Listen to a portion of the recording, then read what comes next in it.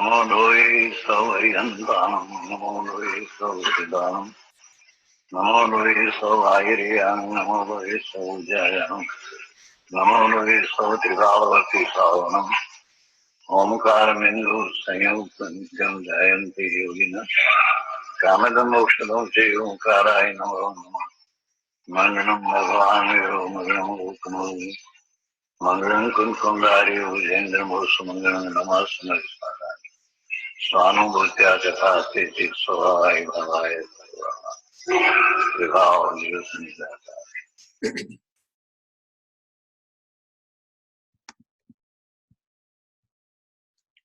ઓમ નમો લોહે સર્વત્રિકાવર્તી અરંતાણમ.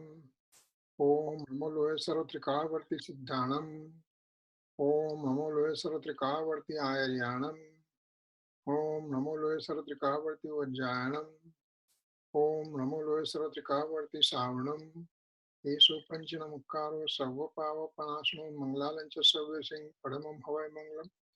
ઓમકારમ બિંદુ સંયુક્તમ નિત્યં ધ્યાયન્તિ યોગિનમ કામદમ મોક્ષદમ ચૈવ ઓમકારાય નમો નમઃ.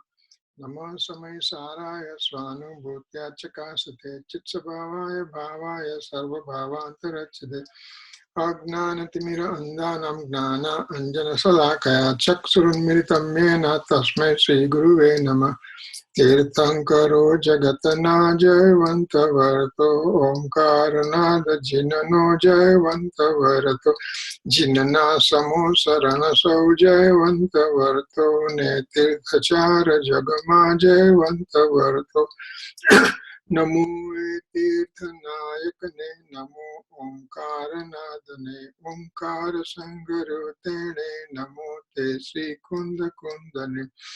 અહો ઉપકાર જીનવરનો કુંદનો ધ્વનિ દિવ્યનો જીન કુંદ ધ્વનિ આપ્યા અહો તે ગુરુ કાનનો અહો તે ભગવતી માતાનો.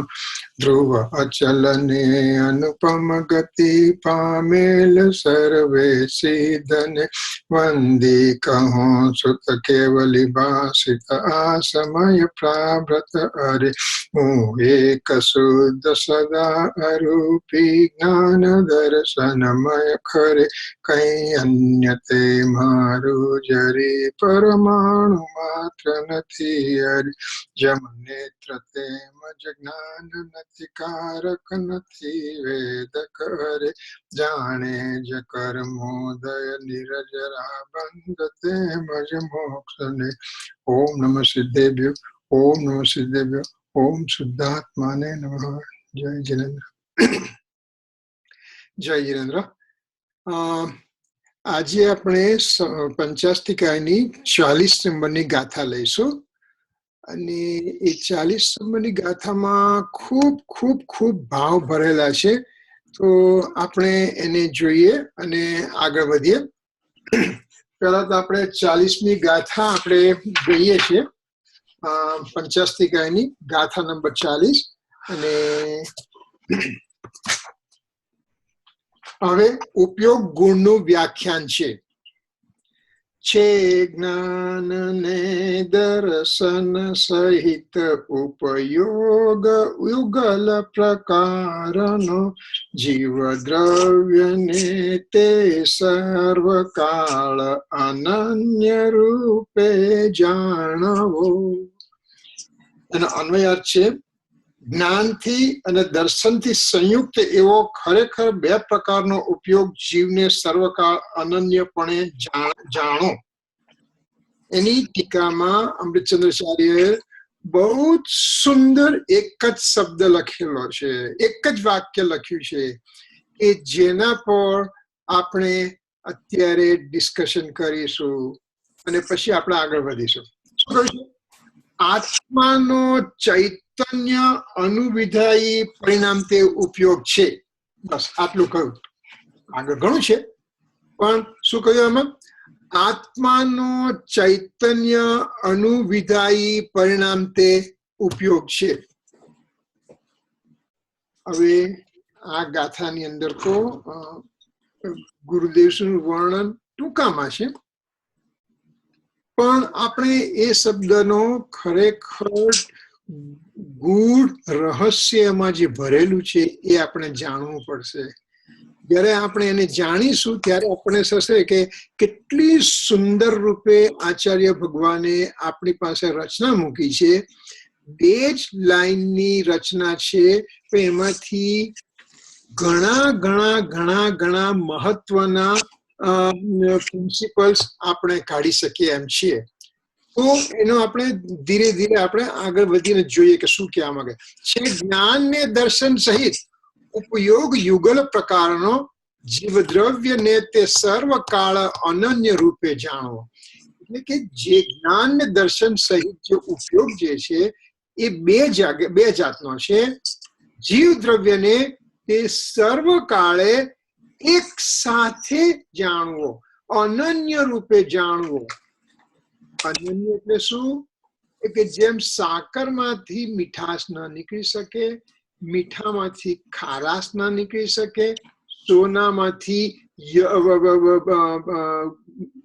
યલો કલર ના નીકળી શકે, એવી રીતે આત્મામાંથી, જીવ દ્રવ્યમાંથી, આત્મામાંથી સર્વકાળે ઉપયોગ એટલે દર્શન જ્ઞાન એક સાથે રહેલા છે.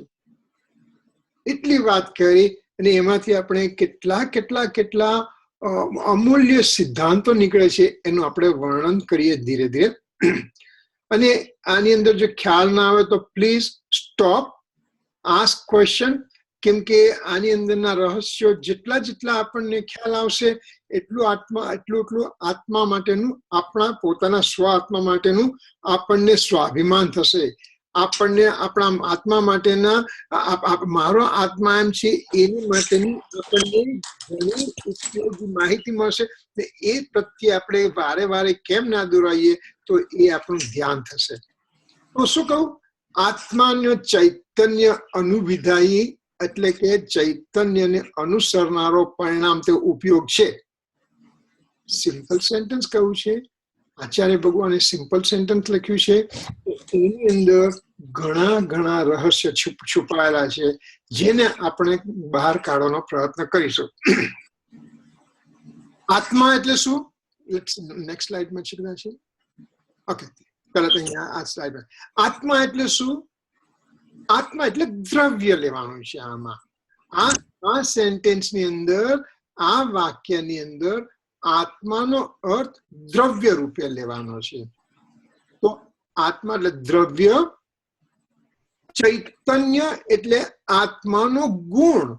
આત્મામાં અનંત ગુણો છે, જેમાંનો એક ગુણ છે જેનો અસાધારણ ગુણ શબ્દ કહેવામાં આવે છે, એને ચૈતન્ય ગુણ કહો. કેમ ચૈતન્ય ગુણ કહો? કેમ કે ચૈતન્ય ગુણની અંદર 2 વસ્તુઓ છુપાઈને રહેલી છે. એક છે જ્ઞાન અને બીજું છે દર્શન. જ્ઞાન ઉપયોગ, દર્શન ઉપયોગ. જ્ઞાન દર્શન બંનેને જ્યારે આપણે કમ્બાઈન કહીએ ત્યારે આપણે ચૈતન્ય શબ્દ વાપરી શકીએ. ત્યારે એના આત્માનો ચૈતન્ય ગુણ છે એમ આપણે કહી શકીએ. એટલે કે આત્મા દ્રવ્ય, ચૈતન્ય એટલે આત્માના દર્શન ને જ્ઞાન ગુણ, અને એને અનુવિધાયી. આ શબ્દ અનુવિધાયી બહુ જ ઇમ્પોર્ટન્ટ. અનુવિધાય એટલે કે ચૈતન્યને અનુસરનારો પરિણામ. ચૈતન્યને અનુસરનારો પરિણામ એટલે કે શું? એટલે કે જ્યારે આત્મા દ્રવ્ય છે અહીંયા, એની અંદર અનંત ગુણોમાંથી જ્ઞાન ગુણ છે, દર્શન ગુણ છે. એ જ્ઞાન દર્શન ગુણમાંથી જે એક સમયે પર્યાય થયા કરે છે, અનાદિકાળથી અનંતકાળ સુધી જેનો અસ્ખલિત પ્રવાહ ચાલુ રહેશે, એવી જે પર્યાય છે એને અહીંયા શબ્દ પરિણામ મૂક્યો. ફરીથી, આત્મા દ્રવ્ય, ચૈતન્ય ગુણ એટલે કે જ્ઞાન ને દર્શન ગુણ, અને એને અનુસરનારો જે પરિણામ, એને અનુસરીને જે પરિણામ થયા કરે છે, સમયે પરિણામ થાય છે, એને આપણે ઉપયોગ કહીશું. સિમ્પલ લેંગ્વેજમાં કેવું આપણે તો આત્મદ્રવ્ય જ્ઞાન ગુણ એની એક સમયની પર્યાય. આત્મદ્રવ્ય જ્ઞાન દર્શન બંને ગુણ. આત્મદ્રવ્ય જ્ઞાન દર્શન ગુણ અને એક સમયની પર્યાય, એને આપણે ઉપયોગ કહીશું. ગમન કાકા બહુ સુંદર એક સરસ શબ્દ વાપરતા હતા કે આત્માના જ્ઞાનનો વેપાર. આત્માના જ્ઞાનનો વેપાર એવો અમે શબ્દ વાપરતા હતા. એટલે કે જે આત્માનો ચૈતન્ય ગુણ છે એમાંથી ઉત્પન્ન થતી એક સમયની પર્યાયનો ઉપયોગ કયો. તો આત્મા શું છે આમાં? આપણી આ સ્લાઇડ ની અંદર આત્માને શું કહીશું આપણે? દ્રવ્ય કહીશું. ચૈતન્યને શું કહીશું આપણે? ગુણ કહીશું. અને પરિણામને શું કરીશું આપણે? પર્યાય કહીશું. એટલે કે આત્મા દ્રવ્ય, ચૈતન્ય ગુણ, એની પર્યાય, એનું નામ ઉપયોગ. એટલે કે જે આત્માની અંદર જ્ઞાન દર્શન ગુણ છે એની એક સમયની પર્યાય થવી એનું નામ ઉપયોગ. બસ આટલું સુંદર કહીને આચાર્ય ભગવાન તો નીકળી ગયા કે ભાઈ હવે એ તારો પ્રોબ્લેમ, તારો સમજવાનો તારો પ્રોબ્લેમ કે એ શું કહેવા માંગે છે, એનો અર્થ શું થાય છે, એમાંથી તું કેટલા અર્થ કાઢી શકે છે. આપણી પોતાની તાકાત અનુસાર આપણે કરવું. અને તાકાત આપણામાં છે, અનાદિથી તાકાત છે, એના પ્રત્યે મેં નજર નથી કરી, પણ તાકાત તો છે મારામાં. તો એ તાકાતને આપણા તરફ અંદર તરફ વાળી અને આપણે આ ચૈતન્ય અનુવિધાયી પરિણામ તે ઉપયોગ એટલે શું? તો હવે આપણે આગળ વધીએ. એમાં શું કહેવા માંગે છે? એમાં કહ્યું કે ઉપયોગ બે પ્રકારે છે. જ્ઞાન ઉપયોગ, દર્શન ઉપયોગ. કેમ? કે આત્માની અંદર જે ચૈતન્ય ગુણ કયો, ચૈતન્ય ગુણને આપણે જ્ઞાન ગુણને દર્શન ગુણ બેમાં ડિવાઈડ કર્યો.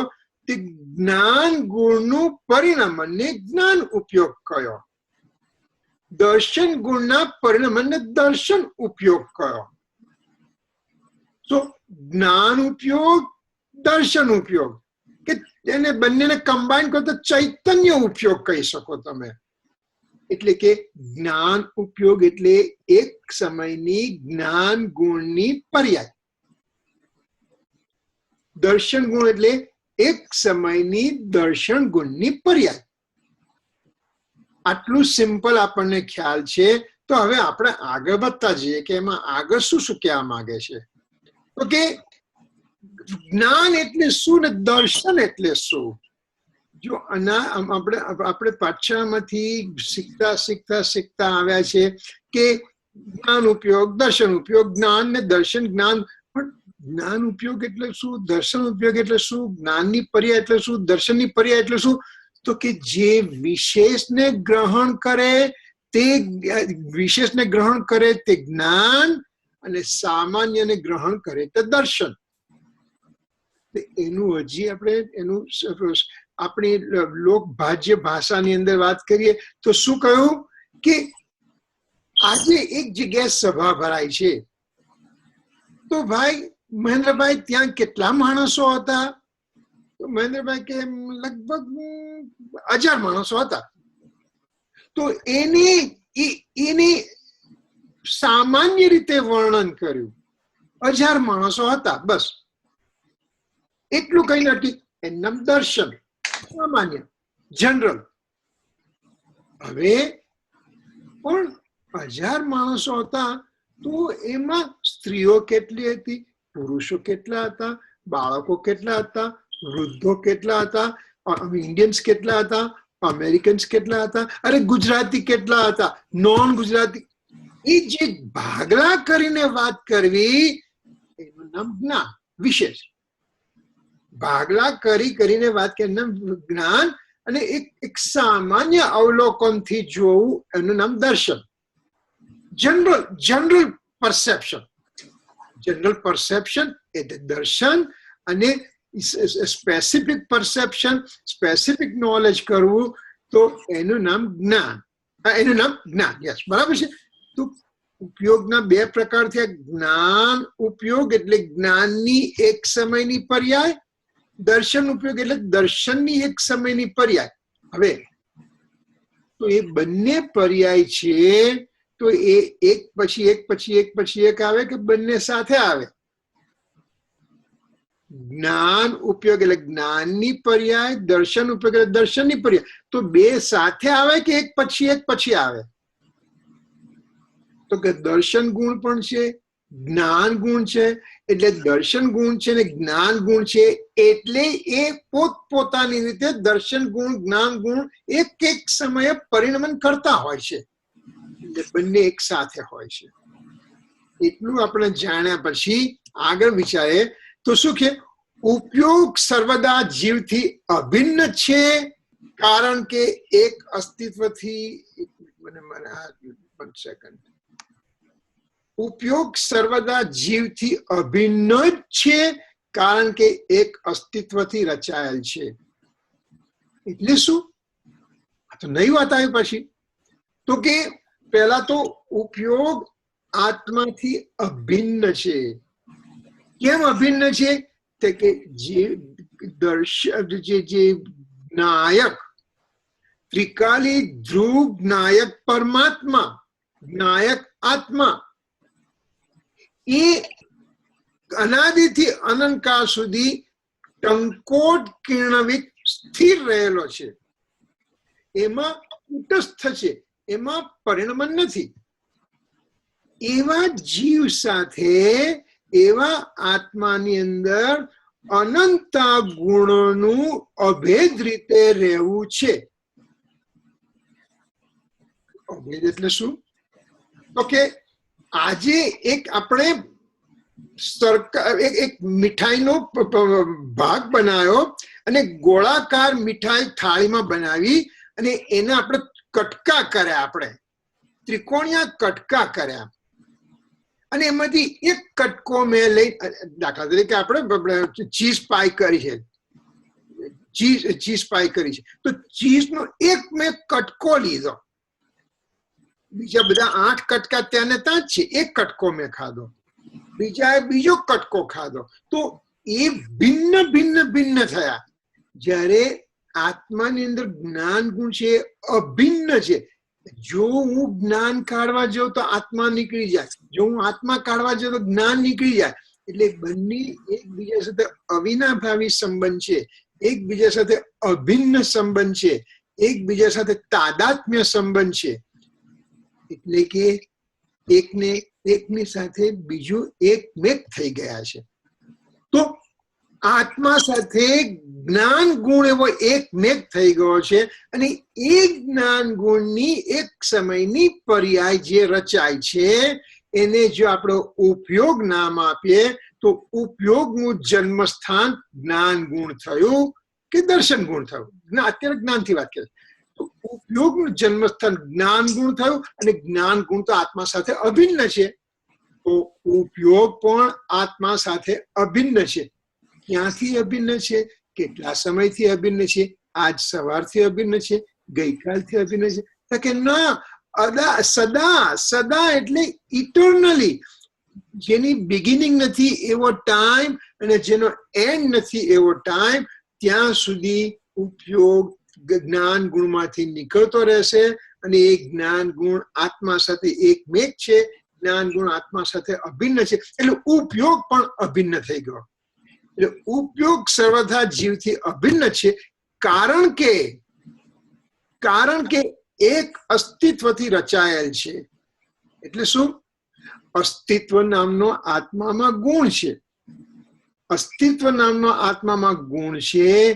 એ અસ્તિત્વને કારણે આત્માની અંદર ત્રિકાળ અસ્તિત્વ ગુણ અને દ્રવ્યનું છે, અને એ અસ્તિત્વ ગુણને લીધે પર્યાયનું ક્ષણિક અસ્તિત્વ પણ છે. એટલે કે આત્મામાં દ્રવ્ય, આત્મામાં જ્ઞાન દર્શન ગુણ, આત્મામાં જ્ઞાન દર્શનની પર્યાય, એ ત્રણેયની સાથે ત્રણેય અસ્તિત્વથી રચાયેલા છે. દ્રવ્ય ગુણ છે એ ત્રિકાળ અસ્તિત્વથી રચાયા છે અને પર્યાય ક્ષણિક અસ્તિત્વથી સત છે. એટલે ઉપયોગ સર્વદા જીવથી અભિન્ન છે, કારણ કે એક અસ્તિત્વથી રચાયેલ છે. જો આમાં ઇમ્પોર્ટન્સ શેનું આપવાનું છે કે દ્રવ્ય ને ગુણનું ત્રિકાળ અસ્તિત્વ છે, અને જ્ઞાનની પર્યાય દર્શનની પર્યાય એટલે જ્ઞાન ઉપયોગ ને દર્શન ઉપયોગ એની એ પર્યાય છે, એટલે એનું ક્ષણિક સત છે. એટલે કે ઉપયોગ અસ્તિત્વથી રચાયેલ છે, ઉપયોગ ક્ષણિક છે, જીવ અને ચૈતન્ય ગુણ એ બંને ત્રિકાળ અસ્તિત્વ છે. તો આટલી વસ્તુ જાણતા મને અસ્તિત્વ ગુણ સમજ પડી ગઈ. આત્માની અંદર અસ્તિત્વ ગુણ પણ છે એમ પણ મને ખબર પડી ગઈ. એટલે કે જો ઉપયોગ શબ્દને હજી જેમ આપણે ડાયસેક્ટ કરવા જોઈએ છીએ એમ એમ એની અંદરથી નીકળતા ભાવો આપણને ગ્રહણ થાય છે. એટલે ઉપયોગની વાત કરું છું તો મારામાં અસ્તિત્વ ગુણ છે. આત્મા સદા નિત્ય છે. 6 પદના પદનું સેકન્ડ પદ જે બીજું પદ છે એ આત્મા નિત્ય છે. એવી રીતે ગુણ નિત્ય છે. એવી રીતે ઉપયોગ ક્ષણિક છે, એટલે કે ઉપયોગ ક્ષણિક સત છે, અને દ્રવ્ય ને ગુણ ત્રિકાળ સત છે. સત એટલે હોવું, સત એટલે અસ્તિત્વ, સત એટલે હોવું કે અસ્તિત્વ કે એક્ઝિસ્ટન્સ. ઇટર્નલ એક્ઝિસ્ટન્સ દ્રવ્ય ગુણનું છે, ટ્રાન્ઝિયન્ટ એક્ઝિસ્ટન્સ ઉપયોગની પર્યાયનું છે, ઉપયોગ રૂપી પર્યાયનું છે. બરાબર છે. તો આપણને થોડોક અસ્તિત્વ ગુણનો થોડો ખ્યાલ આવ્યો, આત્માના અસ્તિત્વ વિશે ખ્યાલ આવ્યો કે આત્મા અનાદિથી અનંતકાળ સુધી છે, એનો આપણને ખ્યાલ આવ્યો. હવે આપણે આગળ વધીએ ધીરે ધીરે. હવે આત્માનો ચૈતન્ય અનુવિધાયી એટલે કે ચૈતન્યની અનુસરણના પરિણામ તે ઉપયોગ છે એ આપણે કહ્યું. બરાબર છે. તો એમાં શું કહું? આત્મા દ્રવ્ય છે, ચૈતન્ય ગુણ છે, અને પરિણામ એટલે પર્યાય છે. એટલે કે આમાં જયારે આત્માનો ચૈતન્ય અનુવિધાયી પરિણામ તે ઉપયોગ છે એમ આપણે જયારે કહીએ છીએ ત્યારે આત્માની અંદર દ્રવ્ય ગુણ પર્યાયનું અસ્તિત્વ આપણે સાબિત કરીએ છીએ કે દ્રવ્ય ગુણ પર્યાય સહિતનો આત્મદ્રવ્ય છે. તો દ્રવ્ય ગુણ પર્યાયની પણ અત્યારે સાબિતી થઈ ગઈ. જ્યારે સિમ્પલ ઉપયોગ શબ્દને સમજવાનો હું પ્રયત્ન કરું છું ત્યારે મને દ્રવ્ય ગુણ પર્યાયનું પણ જ્ઞાન થવા માંડ્યું છે કે દ્રવ્ય ગુણ ત્રિકાળ છે અને પર્યાય ક્ષણિક છે. દ્રવ્ય ગુણનું ત્રિકાળ અસ્તિત્વ છે, આત્મા પર્યાયનું ક્ષણિક અસ્તિત્વ છે. તો મને આત્માના આપણા દ્રવ્ય ગુણ પર્યાયની વાત સમજ પડી, અને આત્માના ત્રિકાળ સત અને ક્ષણિક સત એની પણ સમજ પડી. હવે જો બીજો એક બહુ સરસ પ્રિન્સિપલ નીકળતો જાય એમાં કે સત છે ને, સત એ અહેતુક હોય છે. તો અમે નવા શબ્દ બહુ આવશે પણ બહુ મજાના શબ્દો છે અને આપણને આનંદ થશે કે શું કે સત છે તે અહેતુક છે. અહેતુક એટલે એને કોઈની પડી નથી, કોઈની ડિપેન્ડન્સી નથી, એ પોતે ઇન્ડિપેન્ડન્ટ છે. સત એટલે ઇન્ડિપેન્ડન્ટ હોવું. તે હું સત છું એટલે મારું એક્ઝિસ્ટન્સ મારા થકી છે. મારું એક્ઝિસ્ટન્સ આના થકી છે નહીં, મારું એક્ઝિસ્ટન્સ આના થકી છે નહીં, મારું એક્ઝિસ્ટન્સ મારા થકી છે. હું કોઈના પર ડિપેન્ડન્ટ નથી, હું ઇન્ડિપેન્ડન્ટ છું. તો દ્રવ્યની સ્વતંત્રતાની વાત અત્યારે આવી ગઈ અહીંયા. જ્યારે આત્માની વાત કરીએ છીએ સતની વાત કરીએ છીએ. સત અહેતુક છે. અહેતુક એટલે કોઈ નિમિત્ત વગર. હેતુ એટલે નિમિત્ત. હેતુ એટલે આઈ થિંક લાસ્ટ વીકમાં આપણે પાછળમાં કોઈ જગ્યાએ પ્રશ્ન થયો હતો કે લાસ્ટ વીકમાં પ્રશ્ન. હેતુ એટલે નિમિત્ત. તો જો નિમિત્ત પર હું આધારિત હોઉં તો એ નિમિત્ત જાય તો મારે જવું પડે. ના, એવું તો થતું નથી. તો નિમિત્ત વગર મારું અસ્તિત્વ છે. મારું અસ્તિત્વ સ્વતંત્ર છે. હું દ્રવ્ય ગુણમય છું કે જે મારું અસ્તિત્વ છે એ ત્રિકાળ સત છે. એટલે ત્રિકાળ સત એટલે કે ત્રિકાળ દ્રવ્ય ગુણનું કોઈ પણ કારણ વગર અસ્તિત્વ છે. એ તો મને સમજ પડી. પર્યાય ક્ષણિક સત છે. ક્ષણિક સત છે એટલે કે સત અહેતુક છે. તો પર્યાય પણ ક્ષણિક છે, અહેતુક છે, કોઈના ઉપર ડિપેન્ડન્ટ નથી. પર્યાય પોતે સ્વતંત્રતાથી પોતાની રીતે, પોતાના પ્રમાણે, પોતાની આગવી રીતે, પોતા થકી, પોતાના કારણથી ઉત્પન્ન થાય છે. છ કારક અહીંયા આવી જશે. કર્તા, કર્મ, કરણ, સંપ્રદાન, અપાદાન, અધિકરણ. એ 6 કારકોથી પર્યાય ઉત્પન્ન થાય છે. 6 કારકો આત્માની અંદર છે. એ 6 કારકથી પર્યાયનું સ્વતંત્ર અસ્તિત્વ ઉત્પન્ન થયું. એ પર્યાય પોતે કહે છે કે મારે અત્યારે રાગ રૂપે ઉત્પન્ન થવું છે. પર્યાય બસ પોતે પોતાની રીતે આડોડાઈ કરીને નક્કી કરી મારે રાગ રૂપે થવું છે, અથવા તો મારે દ્વેષ રૂપે થવું છે, અથવા મારે શુદ્ધ પર્યાય રૂપે પરિણમવું છે. એ પર્યાયનું પોતાનું આગવું અસ્તિત્વ છે, પોતાની સ્વતંત્રતા છે. કેમ કે પર્યાય પોતે ક્ષણિક સત છે. જો આ એક હજી ઉપયોગ શબ્દોમાંથી હજી ઉપયોગ શબ્દની ડેફિનેશન આપણે કરીએ છીએ, એમાંથી નવા ભાવ નીકળતા જાય છે કે જો પર્યાય પણ ક્ષણિક સત હોય તો પર્યાય કોઈના પર ડિપેન્ડન્ટ હોય તો તારા લીધે મારું કાર્ય થયું એમ કહેવાય? નહીં થાય. તારા કારણે મેં ગુસ્સે કર્યો એમ કહેવાશે? નહીં કહેવાય.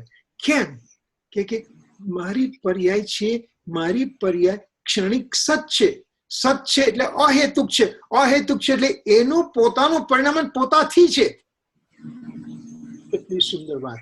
આચાર્ય ભગવાને એક સેન્ટેન્સ મૂકી અને આપણને કહ્યું કે હવે તમે માથા ફોડો જેટલા ફોડવા એટલા, કેમ કે મારે તો આટલું તમને કહીને નીકળી જવાનું છે. તો આપણને આમાંથી નવા પ્રિન્સિપલ મળ્યા. આગળ વધીએ. હવે લક્ષણ અને લક્ષની વાત આવે છે. જો ઉપયોગની વાત સમજતા લક્ષણ અને લક્ષની સમજ પણ મને પડવા માંડશે. લક્ષણ એટલે શું? પહેલા તો લક્ષણ દ્વારા લક્ષ્ય સુધી પહોંચી શકાય છે. લક્ષણ દ્વારા લક્ષ્ય સુધી પહોંચી શકાય છે. આ જીન મંદિર છે. કેમ જીન મંદિર કહ્યું? દૂરથી મેં જોયું કે આ જીન મંદિર જ છે. કેમ? એનું મેં લક્ષણ જોયું. શું જોયું? એનું શિખર જોયું. શિખર પર શું જોઈ? એની ધજા જોઈ.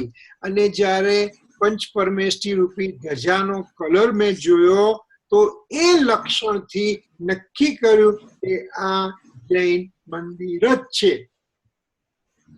તો લક્ષણ હતું તો એ લક્ષણને મેં જોયું તો એના લક્ષણ કોનું હતું? લક્ષનું હતું. લક્ષ કોણ છે? મંદિર છે. મંદિરની ઉપર ધજા ફરકી રહી છે. ધજા લક્ષણ છે. એ લક્ષણને જોઈને હું લક્ષ્ય સુધી પહોંચી ગયો છું. અચ્છા, આ 1 મિનિટ આગળની બુલેટ લઈ લે, પછી આગળ વાત કરીએ આપણે. તો રાગ કે ચૈતન્ય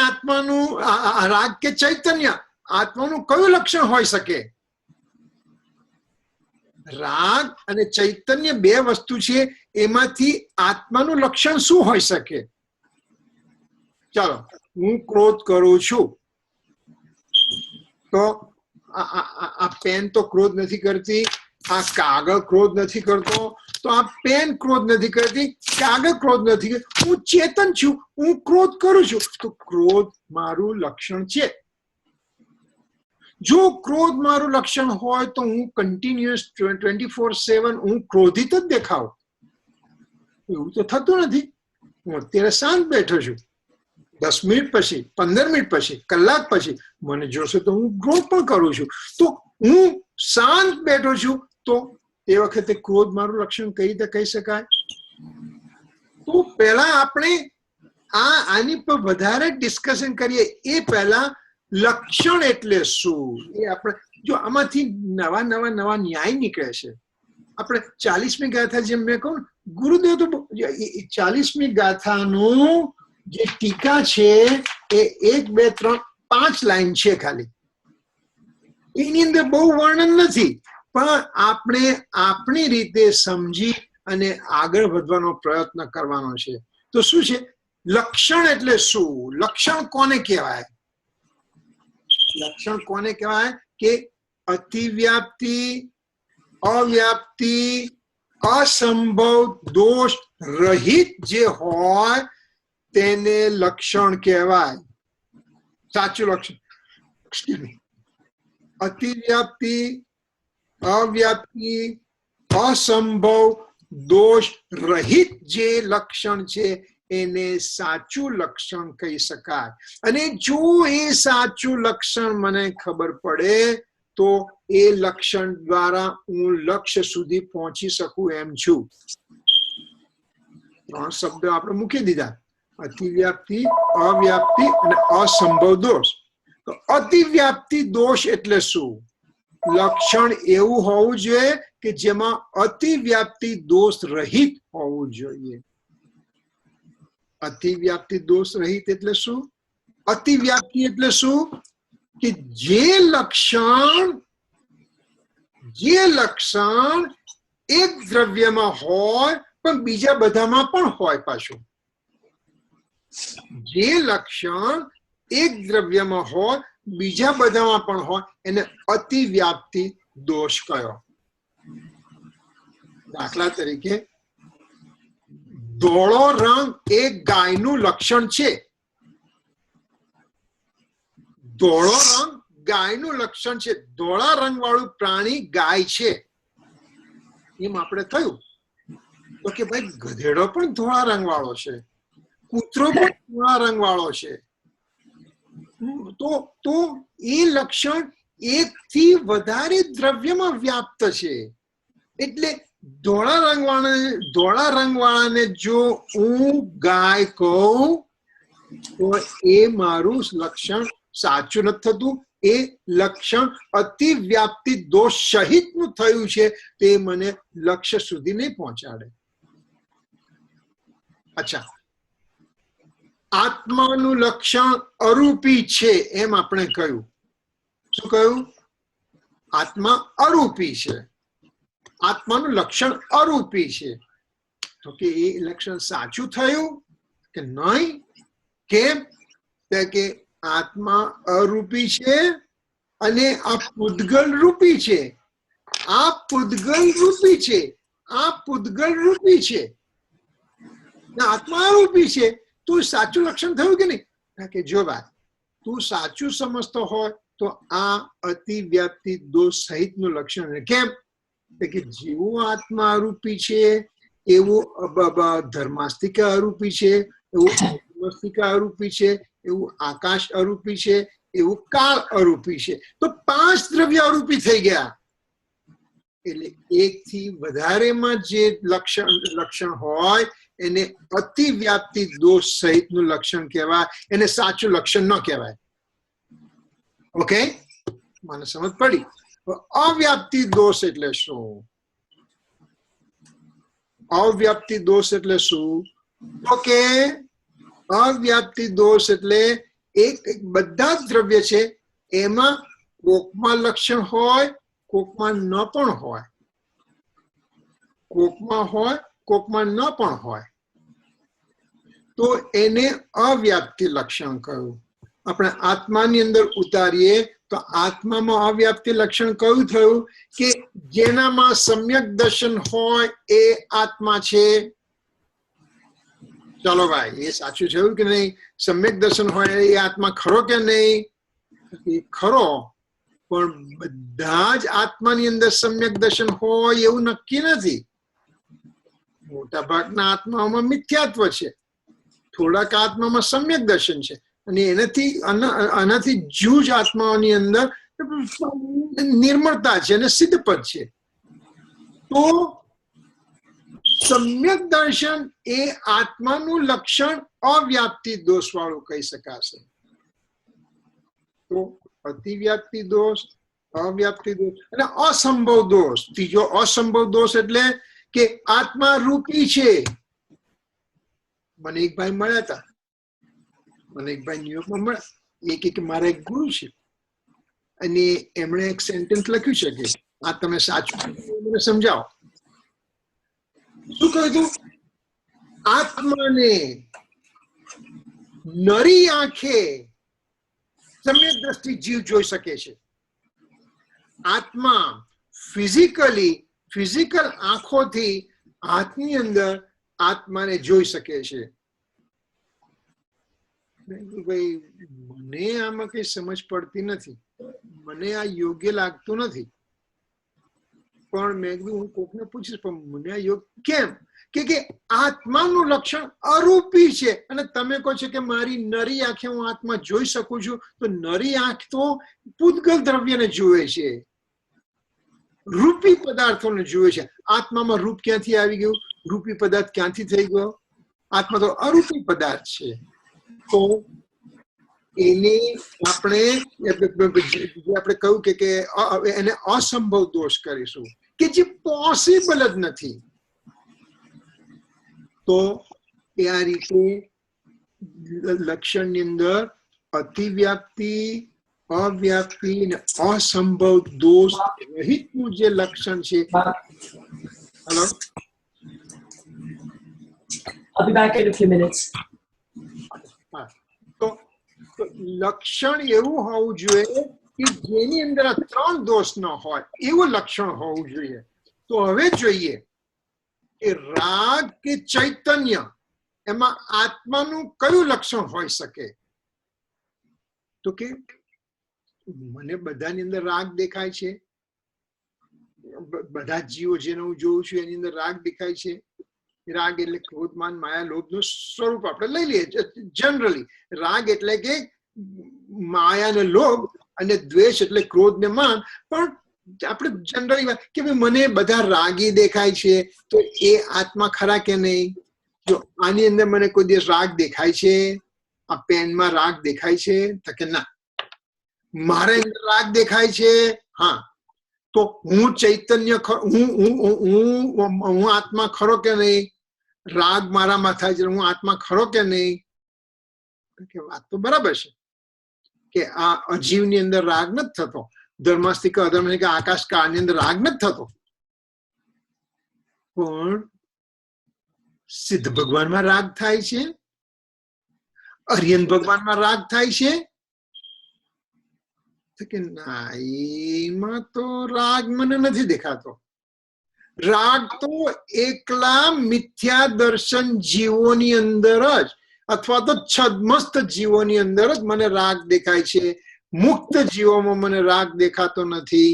તો કે રાગ આત્માનું લક્ષણ ના થઈ શકે.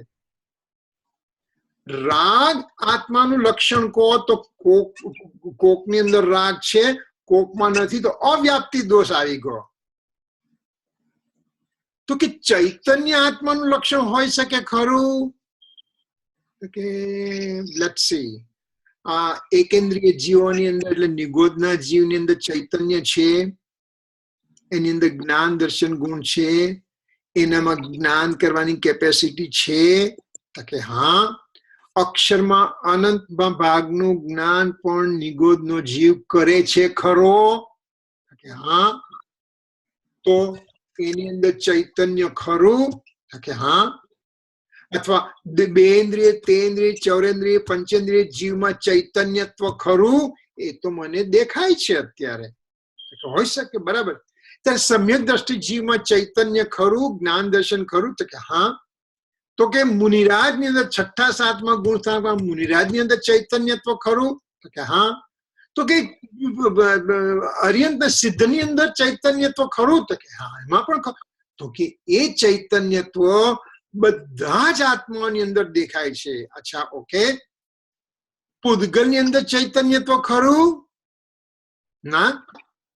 તો કે આ કમ્પ્યુટર તો મારું કામ ફટાફટ કરી આપે છે, મને યાદ નથી રહેતું, એટલી બધી વસ્તુ કમ્પ્યુટર યાદ રાખી શકે છે, કમ્પ્યુટરની મેમરી આટલી છે, કમ્પ્યુટરમાં રેમ, વોટ એવર મહેન્દ્રભાઈને જે લક્ષણો યુઝ કરો એ કરી શકે.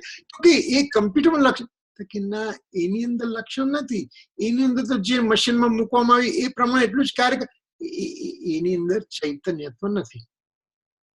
તો કે ચૈતન્યત્વ એનામાં નથી. ધર્માસ્તિકા અધર્માસ્તિકા આકાશ કાળ એની અંદર પણ ચૈતન્યત્વ નથી. ચૈતન્યત્વ એકલા આત્માની અંદર છે, આત્મદ્રવ્યની અંદર જ છે. તો એનું સ્પેસિફિક સાચું લક્ષણ થયું કે જે અતિવ્યાપ્તિ, અવ્યાપ્તિ, અસંભવ, દોષ રહિતનું લક્ષણ થયું. એટલે આ ચૈતન્ય આત્માનું સાચું લક્ષણ છે એમ આપણે કહી શકીએ. શું કેવો સરસ ન્યાય નીકળી ગયો! ચૈતન્યની વાત કરતા કરતા આપણે લક્ષણ સુધી પહોંચી ગયા. અતિવ્યાપ્તિ, અવ્યાપ્તિ, અસંભવ, દોષની વાત કરી કાઢી. આચાર્ય ભગવાન આપની બલિહારી છે કે આપે કેટલું સુંદર રીતે અમને સમજાવ્યું છે કે આની અંદરથી તમે ન્યાય નીકળે છે આટલા બધા. તો આની અંદર આપણે આ નવો ન્યાય કાઢ્યો. આપણે હવે આગળ વધીએ. જો પ્રશ્ન હોય તો કરજો કોઈ. Okay, please, if you have any question. હા, હવે લક્ષણની પરિભાષા. આપણે જે લક્ષણની વાત કરી કે અતિવ્યાપ્તિ, અવ્યાપ્તિ, અસંભવ, દોષ રહિતનું જે લક્ષણ છે કે જે લક્ષણ દ્રવ્યમાં ત્રિકાળ દેખી શકાય, ત્રણેય કાળ વિદ્યમાન હોય એવું જે લક્ષણ હોય એને આપણે સાચું લક્ષણ કહીશું. તો કે આત્માના સ્વભાવમાં ત્રિકાળ વિદ્યમાન છે. કોણ છે આત્માના સ્વભાવમાં ત્રિકાળ વિદ્યમાન? ચૈતન્ય. ચૈતન્યની વાત ચાલે છે ને. આમાં પેલી રસોઈ નથી આવી તો મારે સુધારવું પડશે. Please bear with me, sorry about that. આત્માના સ્વભાવમાં ત્રિકાળ વિદ્યમાન છે. પછી જે આત્માના સ્વભાવમાં ત્રિકાળ વિદ્યમાન હોય, આત્મા સાથે તાદાત્મ્ય સંબંધ હોય.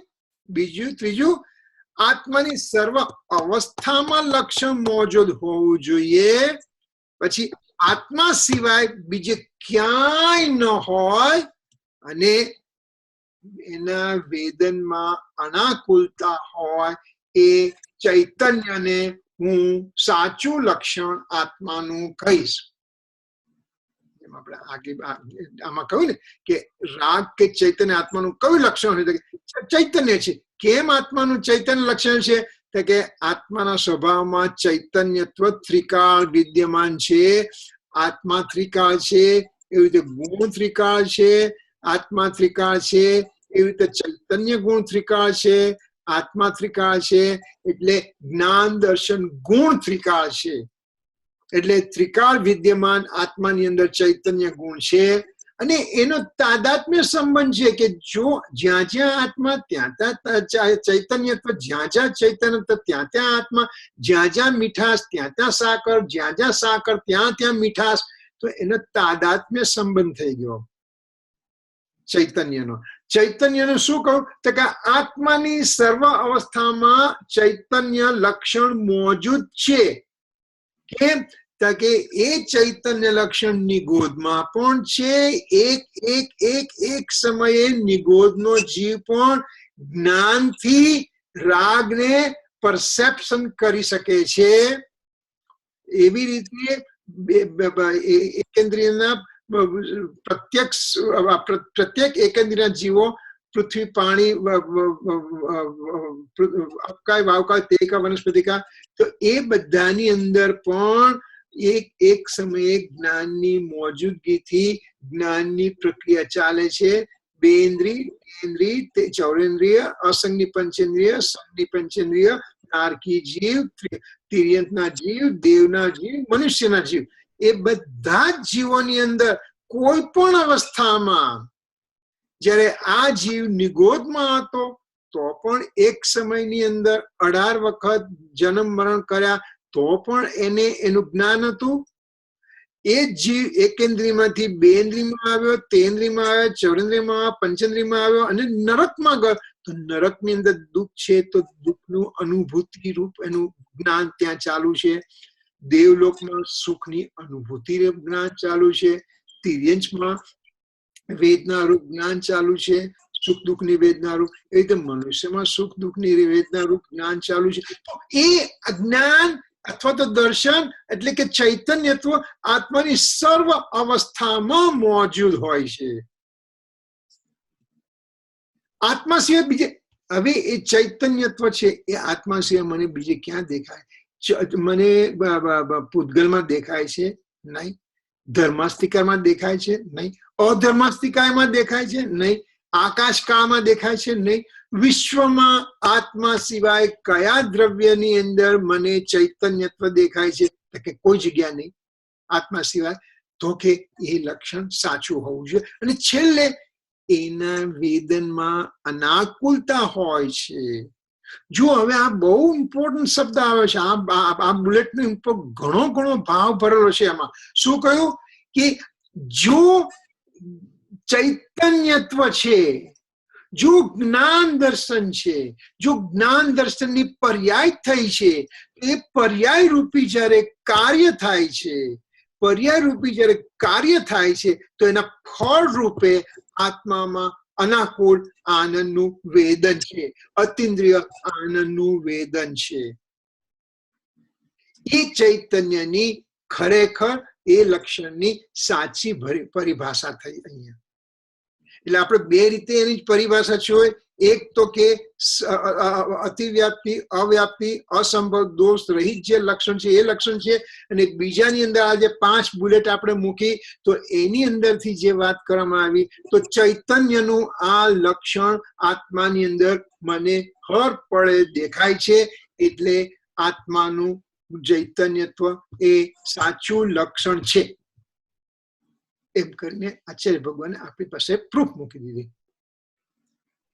જો જ્ઞાનનું વેદન અનાકુલતા છે, જ્ઞાનનું વેદન આકુલતા રહિતનું છે, જ્ઞાનનું વેદન રાગ રહિતનું છે, જ્ઞાનનું વેદન અતિન્દ્રિય આનંદ રૂપ છે. કેમ? જયારે આપણે જ્ઞાન લે જ્ઞાન દર્શન બંને સમજી લેવાના. કેમ જ્ઞાનનું વેદન ની અંદર અતિન્દ્રિય આનંદ છે? તો કે જ્ઞાન ચૈતન્ય ગુણ સાથે તાદાત્મ્ય સંબંધ છે. ચૈતન્યત્વને જ્ઞાયક એવા ત્રિકાલી આત્મદ્રવ્ય સાથે તાદાત્મ્ય સંબંધ છે. તો એ આત્મદ્રવ્યમાંથી, એના જ્ઞાન ગુણમાંથી નીકળતી જે પર્યાય છે એ જ્ઞાનની પર્યાય શુદ્ધ જ છે. હિમાલયમાંથી નીકળતી ગંગોત્રી તો એ શુદ્ધ પાણી રૂપે જ નીકળે છે. તો આત્માની ગંગોત્રીમાંથી નીકળતી જ્ઞાન ગુણ રૂપી ગંગા, તો જ્ઞાન ગુણ રૂપી ગંગામાંથી જે પ્રવાહ નીકળ્યો એ પ્રવાહ રૂપી જ્ઞાનની પર્યાય પણ શુદ્ધ જ છે. તો જો એ શુદ્ધ છે તો શુદ્ધ જ્ઞાનનું વેદન જોઈએ. એના ફળ રૂપે શુદ્ધ જ્ઞાનની પર્યાયના કાર્યના ફળ રૂપે જોઈએ તો અનાકુલ આનંદની વેદન છે. ત્યાં કેટલી સુંદર પરિભાષા છે. આત્મામાંથી બહાર નીકળવા નથી દેતા, અંદર રાખી, અંદર જકડી રાખીને જુદા જુદા પડખાથી આપણને બતાડે છે કે આનું નામ આત્મા, આનું નામ ચૈતન્ય, આનું નામ ઉપયોગ. સુંદર. આગળ વધીએ આપણે. હવે રાગ અને જ્ઞાનનું જે આપણે કહ્યું કે રાગ લક્ષણ થાય કે નહીં, રાગ લક્ષણ થાય કે નહીં, તો આચાર્ય ભગવાન કે ઓકે, હું હવે તને પ્રૂફ આપું છું. હવે તું નક્કી કર કે આ આગળના જે 5 પોઈન્ટ આપ્યા એ મને કયો પોઈન્ટ રાગમાં છે, કયો પોઈન્ટ જ્ઞાનમાં છે, એ તું નક્કી કર. શું કહ્યું? રાગ ત્રિકાળ નથી, જ્ઞાન ત્રિકાળ છે. મને રાગ થયો, આ વસ્તુ પ્રત્યે મને ખૂબ જ પ્રેમ છે, ખૂબ જ રાગ છે, આના વગર માંથી નહીં રહેવાય એવું મેં નક્કી કર્યું. 50 સેન્ટની પેન છે, મને એનાથી મોંઘી પેન આપવામાં આવી, મને ક્રોસની પેન આપવા માંડી, તો અમે શું કરીશ? આનું મૂકી દઈશું. કૃપાળુદે એક વખત બહુ સુંદર, જયારે એક ગામને પાદરે બેઠા હતા તો એમને બધા ભક્તોને પ્રશ્ન કર્યો કે ભાઈ, આ મારે ઘડો ભરીને પેલી બાઈ જઈ રહી છે ને, એ મારે ઘડો ખાલી કરવો છે, કઈ થાય? કે ના થાય સાહેબ, કે ભરેલો છે. પણ કઈ રીત થાય? મારે કરવો જ છે, કઈ થાય? તો કે ના, કે જો હું કરી આપું. કે એ બેન પાસે ગાન કે બેન, આ ઘડો તારો છે ને, હું તને તે ઘી થી ભરી આપું તો? કે બસ હું કાઢી કાઢ ફટાક દઈને કે તો એટલે શું થયું કે એ વસ્તુ રાગ જે છે ને મારામાં રાગ ત્રિકાળ છે. મને બસ આને પર એટલો મોહ છે, પણ બીજી વસ્તુ આનાથી મોટી આપશે તો આના પરથી રાગ તરત નીકળી જશે. તો રાગ ત્રિકાળ નથી, પણ મારું જ્ઞાન ત્રિકાળ છે. એકેન્દ્રિય નિગોદની અંદર પણ જ્ઞાન અક્ષરમાં અનંતમાં ભાગનું હતું, અથવા તો સિદ્ધ ભગવાનને ત્રિલોકનું અનંતા લોકાકાશ હોય તો પણ એ જ્ઞાન પી જાય એટલું એનું જ્ઞાનની તાકાત છે. એવું ત્રિકાળ જ્ઞાન છે. એ જે જ્ઞાન છે એ કાયમનું છે, એ નીકળવાનું નથી. અચ્છા, ત્યાર પછી જે પેલામાં 5 બુલેટ આપણને આપી દે, 5 બુલેટના સાથે વાત કરવામાં આવી છે. એ રાગ તાદાત્મ્ય છે. ચલો, મને બહુ લગશે કે મને અત્યારે બહુ ગુસ્સે થયો, હું ગુસ્સે થયો છું અત્યારે, તો મને મહેન્દ્રભાઈ આવીને મને શાંત પાડે કે ભાઈ, ડોન્ટ વરી અબાઉટ ઇટ, આવું તો ચાલ્યા કરે, આ તો ડોન્ટ વરી, આપણે શું કામ ગુસ્સે થવું, એ તો દુનિયા તો આમ સમજાય મને. તો હું શાંત થઈ ગયો, તો મારામાંથી ગુસ્સો નીકળી ગયો, ક્રોધ નીકળી ગયો છે. તો મારી સાથે એક મેક થઈને રહ્યો નથી, અત્યારે નીકળી ગયો. જયારે જ્ઞાન છે એ તાદાત્મ્ય છે. જ્ઞાનને હું કાઢવાનો પ્રયત્ન કરું તો નહીં નીકળે. જો જ્ઞાન કાઢું તો આત્મા નીકળી જશે. આજે એક સાકરનો ટુકડો છે અને હું તમને સિરિંજ આપું છું અને કહું છું કે આમાં તમે સાકરના ટુકડામાંથી સિરિંજ નાખીને મીઠાશ કાઢી નાખો. કઈ રીતે નીકળશે? સાહેબ, થાય જ નહીં. કેમ? તો કે ભાઈ, એ સાકર એટલે મીઠાશ નહીં, મીઠાશ એટલે તાદાત્મ્ય સંબંધ છે, એ નીકળશે નહીં. અચ્છા, ચાલો પછી રાગ સર્વ અવસ્થામાં છે કે નથી? તો કે રાગ સર્વ અવસ્થામાં નથી. અરિયન ભગવાનને રાગ નથી, સિદ્ધ ભગવાનને રાગ નથી. અને જો આપણે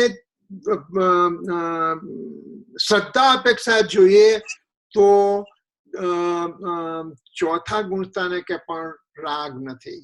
શ્રદ્ધા અપેક્ષા એટલે કે આત્માની અનુભૂતિ થઈ ગઈ છે, તો એને રાગની એટલું ઇમ્પોર્ટન્સ ઘટી ગયું છે કે જાણે કે નથી રૂપક છે. એટલે એને શ્રદ્ધા અપેક્ષા જોયો તો ચોથા ગુણસ્થાન કોઈ રાગ નથી. સાચી રીતે જોયો તો 13મા અને 14મા ગુણસ્થાને કે અને સિદ્ધ ભગવાનને રાગ નથી. તો જ્ઞાન તો સર્વ અવસ્થામાં છે. એકેન્દ્રિયમાં જે પણ જ્ઞાન છે, પંચેન્દ્રિયમાં જ્ઞાન છે, અને 4 ગતિમાં જ્ઞાન છે જીવોને, અને સિદ્ધ ભગવાનને પણ જ્ઞાન છે. તો સર્વ અવસ્થામાં જ્ઞાન છે. ત્યાર પછી અરિયન સિદ્ધ રાગ નથી, તો કે જ્ઞાન અરિયન સિદ્ધ ધર્મ છે. હમણાં આપણે કે અરિયન સિદ્ધ ને રાગ એ વિતરાગી છે. જ્ઞાન અરિયન સિદ્ધમાં પણ છે. અને છેલ્લું શું? જ્યારે રાગની વેદન થાય છે ત્યારે આકુરતા સહિતનું વેદન છે, અને જ્ઞાન છે એના વેદનમાં અનાકુરતા છે. રાગમાં વેદનમાં આકુરતા છે. એનો અર્થ શું થયું કે આજે મેં નવી કાર લીધી છે, બ્રાન્ડ ન્યુ કાર લઈને હું બહાર નીકળ્યો છું, હું શોપિંગ સેન્ટરમાં ગયો છું. કઈ જગ્યાએ હું કાર પાર્ક કરીશ? શોપિંગ સેન્ટરમાં જગ્યા નથી, બે ટ્રક છે એની વચ્ચે જગ્યા છે. હું ત્યાં કાર પાર્ક કરીશ કે દૂર દૂર દૂર કોઈ જગ્યા કોઈની કાર નથી, ત્યાં હું કાર પાર્ક કરીશ? ક્યાં કરીશ?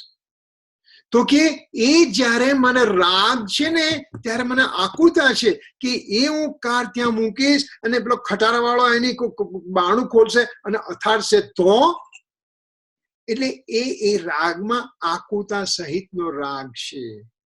જ્યારે જ્ઞાન છે એની અંદર અતિન્દ્રિય અનાકુળ વેદન છે. એની અંદર અતિન્દ્રિય અતિન્દ્રિય અતિન્દ્રિય અતિન્દ્રિય માટે જ્ઞાન એટલે કે ચૈતન્ય એ આત્માનું સાચું લક્ષણ છે. રાગ આત્માનું સાચું લક્ષણ નથી. એમ કરીને આપણને રાગથી જ્ઞાનનું સાથેનું ભેદ જ્ઞાન અત્યારે આપણને આચાર્ય ભગવાન અહીંયા કરાવે છે. આગળ વધીએ આપણે. અનુવિધાયી શબ્દ આવ્યો. અનુવિધાયી એટલે શું? તો કે અનુવિધાયી એટલે અનુસરીને. અનુવિધાયી જયારે શબ્દ વાપરું છું એનો અર્થ અનુસરીને. પછી તો શુભને અનુસરીને શુદ્ધતા ન પ્રગટે. જો કોને અનુસરીને? ચૈતન્ય અનુવિધાયી પરિણામ. ચૈતન્યને અનુસરીને થયેલું પરિણામ. ચૈતન્ય ગુણમાંથી નીકળેલી જ્ઞાનની પર્યાય દર્શનની પર્યાય જ્ઞાન ઉપયોગ દર્શન ઉપયોગ કોને અનુસરીને થયો? કે જ્ઞાન ગુણને અનુસરીને થયો, ચૈતન્યને અનુસરીને થયો, દર્શનને અનુસરીને થયો. શુભને અનુસરીને શુદ્ધતા નથી પ્રગટી. જો કેટલો મોટો પ્રિન્સિપલ એક સેન્ટેન્સ અંદર આપણને સમજવાનો મળે છે કે શુભને અનુસરીએ તો એમાંથી શુદ્ધતા ન પ્રગટે. ગુરુદેવ કાનજી સ્વામી ઘણી વખત આ દાખલો આપે છે કે લસણ જેને ખાધું હોય એને કસ્તુરીનો ઓળકાર ન આવે. શુભને અનુસરીને શુદ્ધતા ન પ્રગટે કહેવાનું આવે છે ત્યારે અચૂક રીતે ગુરુદેવ બોલશે કે લસણના ખાધાથી તને કસ્તુરીનો ઓળકાર નહીં આવે. તું શુભને અનુસરે છે તો શુભને અનુસર્યો એટલે રાગને અનુસર્યો તે એમાંથી થતું વેદન આકુતા સહિતનું છે. એટલે કર્મ બંધન સહિતનું છે. એટલે કે એમાંથી શુદ્ધતા નથી. શુભને અનુસરીને શુદ્ધતા પ્રગટ થતી નથી. તો પછી શું કહ્યું? રાગને અનુસરીને આત્માને પ્રાપ્ત કરવાનો ઉપાય નિરર્થક છે. જો કેટલા સરસ ન્યાય નીકળતા જાય છે અંદરથી કે રાગને અનુસરીને આત્માને પ્રાપ્ત કરવાનો ઉપયોગ નિરર્થક છે. હું વ્રત તપ જપ ભક્તિ સ્વાધ્યાય એ બધું કરું છું તો મને એમાંથી આત્માની અનુભૂતિ થશે કે નહીં? તો કે તે વ્રત તપ જપ ભક્તિ સ્વાધ્યાય કર્યા એ રાગ થયો કે દ્વેષ થયો કે શુદ્ધતાની વાત થઈ? તો કે એ તો રાગ છે. એ તો અશુદ્ધ આત્માના અશુદ્ધ પરિણામ છે. તો અશુદ્ધ પરિણામમાંથી શુદ્ધતા કઈ રીતે પ્રગટે ભાઈ? તો કે રાગને અનુસરીને આત્માને પ્રાપ્ત કરવાનો ઉપાય નિરર્થક. એટલે કે એનો અર્થ એ નથી કે મારે શુભ ભાવ ન કરવો, પણ શુભ ભાવથી મને શુદ્ધતા પ્રગટ થશે એ મારી માન્યતા મારે દૂર કરવાની છે. મારી પાસે 3 આત્માના ફંક્શન છે: શુદ્ધ ભાવ, શુભ ભાવ કે અશુભ ભાવ. મારામાં શુદ્ધતા અત્યારે નથી તો મારી પાસે અત્યારે 2 ભાવ રહ્યા, શુભ ભાવ અશુભ ભાવ. શુદ્ધતા નથી તો શુભ ને અશુભ 2 રહ્યા. તો જો રાગને અનુસરીને આત્માને પ્રાપ્ત કરવાનો ઉપાય નિરર્થક છે, આ રાગ છે, શુભ ભાવ છે, તો હું ના કરું એને, તો મારે અશુભ ભાવ કરવો ને? તો કે શાસ્ત્રમાં કોઈ પણ વસ્તુ આગળ વધવા માટે છે, કોઈ પણ વસ્તુ નીચે પડવા માટે કહી નથી. જૈન શાસ્ત્રની અંદર કોઈ પણ વસ્તુની વાત આવે તો એનાથી મારે આગળ વધવાની વાત છે, એનાથી નીચે પડવાની વાત નથી. સમયસારની અંદર મારે સ્પેશિયલી ગાથા શોધીને કહું તમને નંબર એનો, એક જ સેકન્ડ.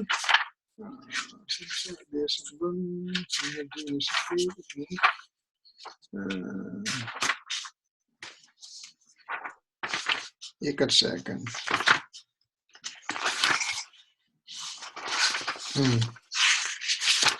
મોક્ષ અધિકારની છેલ્લી 2 ગાથા છે એની અંદર એમ કહ્યું છે ગાથા નંબર 306 અને 307 પ્રતિક્રમણ અને પ્રતિસરણ વરી પરિહરણ પ્રતિક્રમણ અને પ્રતિસરણ વળી પરિહરણ નિવૃત્તિ ધારણ વળી શુદ્ધિ નિંદા ગરહણા એ અષ્ટવિધ વિષ કુંભ છે. અરે આવું કોઈને સંભળાવો. પ્રતિક્રમણ એ વિષ કુંભ છે એમ કહ્યું. અરે પ્રતિક્રમણ ને તમે વિષ કુંભ કહો છો તો આ જૈન ધર્મની અંદર કોઈ પણ વસ્તુની વાત કરવા આવે એનાથી ઉપર જવાની વાત છે, એનાથી નીચે ઉતરવાની વાત નથી. શુભ ને અશુભ 2 ભાવ છે, એમાંથી શુભ ભાવ ન કરો એમ કહું એટલે તારે અશુભ ભાવ કરો એમ કહું એમ નથી કીધું. પ્રતિક્રમણ ને વિષ કુંભ કયો કેમ કે એ શુભ ભાવ છે અને મારે જવું છે શુદ્ધ ભાવની અંદર. તો જો હું અશુભ ભાવમાં રચો પચો રહીશ તો હું શુદ્ધ ભાવ સુધી નહીં પહોંચી શકું. મારે શુભ ભાવને છોડવો પડશે, રાગને અનુસરી નહીં, રાગની નિવૃત્તિ કરવી પડશે આત્માને પ્રાપ્ત કરવો હશે તો. એ પ્રમાણે વાત કરવામાં આવી છે. એટલે આપણને આ સેન્ટેન્સો જે બધા આવે છે, આ બધા વ્યાખ્યા, એની પાછળનો ભાવાર્થ આપણે સમજવો પડશે. એટલે કે ભાઈ તું રાગમાં અટકતો નહીં, તું રાગમાં રાગ એટલે કે શુભ ભાવમાં અટકી ન જતો. શુભ ભાવ એ તારું એક વચ્ચેનું સ્ટેશન છે. તારે જવું છે મુંબઈ થી જવું છે દિલ્હી, તો વચ્ચે સ્ટેશન આવશે, વલસાડ આવશે, વડોદરા આવશે, ઇન્દોર, એ બધા સ્ટેશનો આવશે. બધા એમાં અટકવાનું નથી. મારે પહોંચવું છે દિલ્હી સુધી, રાગમાં તું અટકતો નહીં એમ કહું. રાગની પ્રવૃત્તિ આવે પણ એમાં અટકવું નહીં. રાગની પ્રવૃત્તિ અચૂક આવશે. 3 વસ્તુ છે, શુદ્ધ ભાવ છે, શુભ ભાવ છે, અશુભ ભાવ છે. અશુભ મારે કરવો નથી, શુદ્ધતા છે નહીં, તો રાગની પ્રવૃત્તિ હું કરીશ. એટલે કે રાગની પ્રવૃત્તિ એટલે કે વ્રત, તપ, જપ, ભક્તિ, સ્વાધ્યાય, પૂજા, પાઠ, એ બધું જ હું કરીશ, પણ એમાં અટકવાનું નથી. જેમ જેમ હું રાગની પ્રવૃત્તિ એટલે કે જે ક્રોધમાન માયા લોભની પ્રવૃત્તિ છે એમાંથી હું નિવૃત્ત થઉં છું અને શુભ રાગની અંદર આવું છું, તો મારામાં જ્ઞાનનો ક્ષયોક્ષમ વધવાની એક આગવી ભૂમિકા તૈયાર થઈ છે. હવે મારે એને આગળ વધવાનું છે. આપણે આટલી બુલેટ પૂરી કરીને પૂરું કરીએ અત્યારે. તો ધ્યેયમાં આત્મા ચુકાતો નથી, ત્યારે તારી અંદર આ ધ્યેય તારું છે એ એક જ ધ્યેય હોવું જોઈએ. એ અર્જુનને પક્ષી જે રમકડાની પક્ષી મૂકી હતું એની જમણી આંખો જેને દેખાય છે, બીજું બધું એને દેખાતું નથી. બધી વસ્તુ હોવા છતાં એને દેખાતી નથી. બધી વસ્તુ હોવા છતાં બધામાં ધ્યાન ગયું છે અને એક જ ધ્યાન કેન્દ્રિત થયું છે. મને અત્યારે પેટનો દુખાવો ચાલુ થયો છે, તો મારી સાથે ઘરમાં ખાવાની બધી વસ્તુ પડી છે, મારી પાસે પહેરવાની બધી વસ્તુ પડી છે, મારી પાસે કાર છે, મારી પાસે ફોરેન ટ્રીપ કરવાની ટિકિટ પડી છે. ધ્યેય મારું એક જ છે કે મને આ રોગમાંથી મુક્તિ જલ્દી આપો, રોગમાંથી મુક્તિ આપો, રોગમાંથી મુક્તિ આપો, આ ભવ રોગમાંથી મને મુક્તિ આપો. એટલે મારો ધ્યેય એક નેરો ધ્યેય થઈ જવું જોઈએ કે મારે હું શું મારે જોવે છે, શું એનું મને ખ્યાલ આવવો જોઈએ. અને ધ્યેયથી એક સમય પણ ચ્યુત થતો નહીં, ધ્યેયને ચોકતો નહીં અને ધ્યેયમાં આવ્યા પછી એમાંથી તું ખસતો નહીં. તને આત્માની અનુભૂતિ થઈ ગઈ, એમાંથી તું બહાર જ નહીં નીકળતો. તને અત્યારે આ લોકની અંદર જે વસ્તુ સર્વોત્તમ જોઈએ તને એ તને મળી છે, તો તું હવે એમાંથી બહાર નીકળતો નહીં ભાઈ એમ કહ્યું. તો અને આત્માની અનુભૂતિ પહેલા રાગ છે પણ એમાં અટકવાનું નથી. આમ આપણે કહ્યું ને રાગ છે પણ એનાથી એ તો સ્ટેશન છે, એમાં અટકવાનું નથી. તો આ અનુવિદાયી શબ્દનો આપણે આટલો અર્થ કર્યો. અહીંયા આપણે અહીંયા ટાઈમ થઈ ગયો છે તો આપણે અહીંયા અટકીએ અને ત્યાર પછી આમાં રાગમાં તો અટકવાનું નથી પણ અત્યારે આપણે આ ક્લાસમાં અટકવાનું થશે. તો એમાં કોઈ અત્યાર સુધી ક્વેશ્ચન થયો તો આપણે 2, 3, 4 મિનિટ જે છે ક્વેશ્ચન લઈએ. Any question?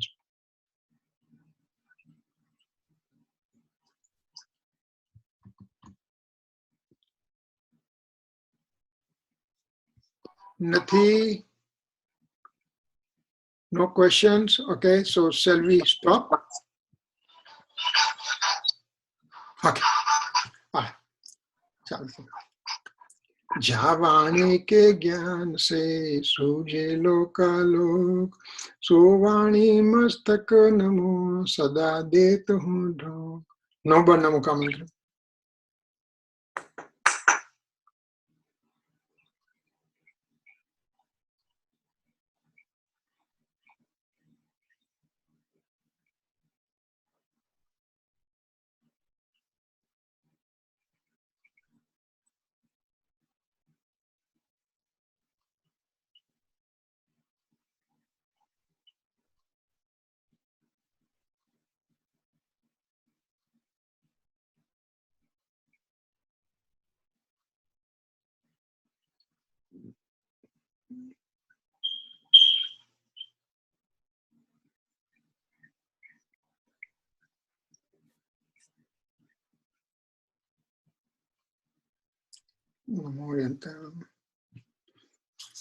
Michai Dukram, Jai Jandra, everybody.